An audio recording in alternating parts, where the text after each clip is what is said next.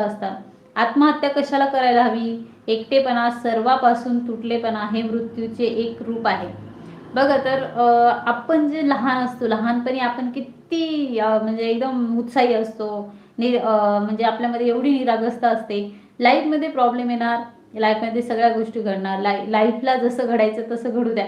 पण तुम्ही तुमच्यातलं जे छोटं बाळ आहे, तुमची जी निरागसता आहे, तुमच्यामधला जो उत्साह आहे, आनंद आहे, तो कधी मरू देऊ नका. जर तो मेला तर मग तुम्हाला जगणं फार कठीण वाटेल. ही लाईफ खूप मोठी वाटेल.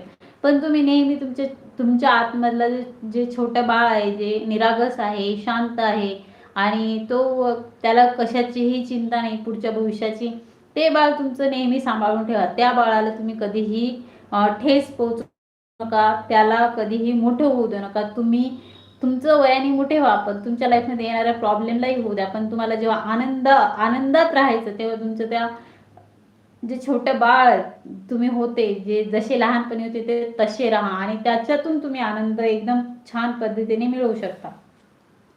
तर ते म्हणतात आत्महत्या कशाला करायची? आत्महत्या सर्वापासून तुटलेपणा हे मृत्यूचे एक रूप आहे. आपण सर्वापासून तुटतो, कोणाशीही बोलत नाही, हेच आपलं आत्महत्येचं रूप आहे. आपलं आयुष्य संपते तेव्हाच आपण मरतो. आपलं आयुष्य ज्या क्षणी संपते तेव्हा आपण मरतो.